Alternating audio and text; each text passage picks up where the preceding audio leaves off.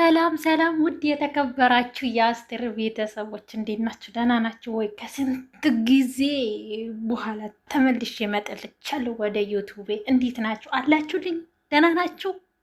ሁሉም ሸገ ደግ አይ ሸገ ነገር ከምን አለ ብላችሁ ነው። እና እኔ የምላችሁ ማለት ነው አረገዝኩ ያለችው ሴትዮ አረገዝኩ ያለችው 6 ወር አልተባለም እንዴ? ምጧ ዛሬ መጣ ልትወልድ መሰለኝ። ምክንያቱም ልጅቷ እኔ እንጃ አይኖን ጨፍነ እያለሽን ይመስላል። እንዶ መጥቶ ቢገላግለን እንዶ ተወልዶ ልጁ ራሱ ተመርምሮ እኛም ግልግል ብንል ብንገላገል ሀይሚ ከዛ ሁሉ ጭንቀት ብትወጣ። እናንተ ሴቶች ማለት ነው በሄዳችሁበት እግራችሁን እየከፈታችሁ አንደኛ ነገር የማይወዳችሁ ወንድ ጋር ሄዳችሁ እግራችሁን ትከፍታላችሁ። ከዛም በኋላ ተረዝጉ አርግዛችሁ ስንት ወር ከሆነ በኋላ ልክ እሱ ፍቅረኛ ሲይዞ በቃ የሆነ ጥሩ ህይወት ላይ ሲደርስ ያን ሰው ለምን ለጥለው በምን አለ አይደለ መጣል ፈልጋችሁ ከዛ ውስጥ ከዛ ህይወት እንዲወጣ ለማድረግ ህይወታችሁን ታበላሻላችሁ፣ አንዳንዶች ሴቶች ማለት ነው። እቺ ልጅ አሁን ብሩኬ አስገድዶ በቃ የሆነ ነገር ያደረገ ነው የሚመስለው። ልጁን በሆዶ ይዤ ምናምን ተከራትቼ እንድቅበጥስዮ ምናምን ነው የሚለው። እንግዲህ እንዳያችሁ ዘፈኑ ማለት ነው። እና መጣች እንግዲህ ጀመረች። እችም ደግሞ ጀመረች እንግዲህ ጀመረሽ። አሁን እንግዲህ አንቺ እቺ ደግሞ መጣች እንግዲህ አሁን ዘንድሮ ደግሞ ይሄ አመት የዚች አመት ነው። በቃ እየጠነሰሰች ኳላ እንግዲህ አለ አይደለ እንዲያድርግ ትባላለች። ግን ብሩኬ አይወድሽም። በተለይ ደግሞ ወንድ ልጅ ካልወደዳችሁ ሴት ልጅ ብቻ መውደድ ጥሩ አይደለም፣ ትዳሯ አያምርም። እሱ ልቦ ከአንቺ ጋር ካልሆነ ትቶ ከሄደ ከሌላ ሰው ከሆነ እንዴት ነው ትዳሩ የምትኖሪ? ምን ልታደርጊ ነው? እንዴት ልታደርጊ ነው? አስረሽ ልታስቀምጪ ነው? ነገም ትቶ ሊወጣሽ ይችላል። ሌላም ደግሞ አስረግሶሽ ትቶ ይሄዳል።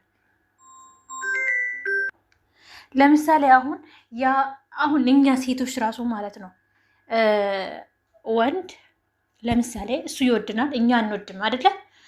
አሁን በሴት ከዛ ደግሞ ያ ሰው አብሬሽን ካልኖርሽ ይልሻል። አንቺ ደግሞ ፍላጎት ስለሌለሽ ከዛ ሰው ደግሞ አልኖርም። ስለዚህ ብሩኬም ደግሞ እቺ ልጅ ጋር ፍቅር በቃ አለቀ ያልቋል። ይሄ እኮ ትንሽ ማለት እነሱ ራሱ ገና እች ልጅ አይቻለሁ። እኔ መጀመሪያ ቀን አይቻለሁ። ሲጀምረ የእነሱ ቪዲዮ ስለሚከታተላቸው የዛሬ 2 ዓመት ነው ምናምን ከማርክ ጋር ሄዱ ጥንቀት ይመስልኛል። ስለዚህ የዛሬ ስንት ዓመት በቃ ከሀይሚ ጋር ስለሆነ ሰላምሽ ስላነሳሽ በቃ ማደጉን አይተሽ በቃ ስለተንቀጠቀጥሽ በቃ ፍቅሩ ስለያዘሽ ይህን ውስጥ ገባሽ። ሴት ልጅ ነሽ፣ ራስሽን አትጠብቂም። ግን ደግሞ 6 ወር ሆነ እንደዚህ መውጣቱ ራሱ ጥሩ ነው። ምክንያቱም ይቺ ልጅ ገና 2 ወር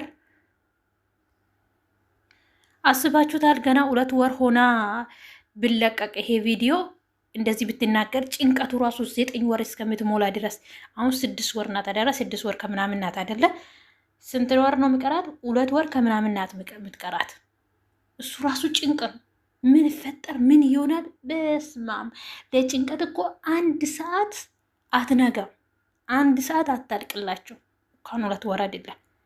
እንደዚህ ስትሆኝ ደግሞ ሚዲያ ላይ መጠሽ ምን አምሮብሽ ነው? አሁን እንዲሁ በስራ ስርዓት እንዳገባሹ ይሄ ልጅ ደግሞ ወይ ደግሞ በግድ ይዞሽ እንደደፈርሽ የሆነ ነገር አስመስለሽ አሁን እንደዚህ ወተሽ እንዲሁ እየተኛሽ እኮ ነው የሚመስል። ስታስጠላ ደግሞ እንዴት እንደምትሆኝ ነው።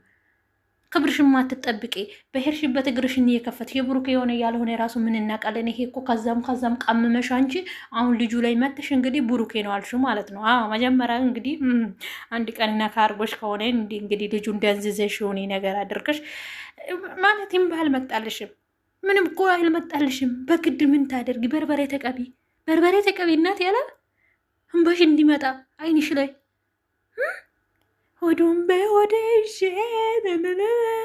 ከፍታፉን አርግዛችሁ መታችሁ ሚዲያ ላይ ትላላችሁ። ከዛን ደግሞ ከፍታፎሽ ማለት ነው በሄዳችሁበት እግራችሁን እየበለቀጣችሁ ሊበልቅጣችሁ ነው ማለት ነው።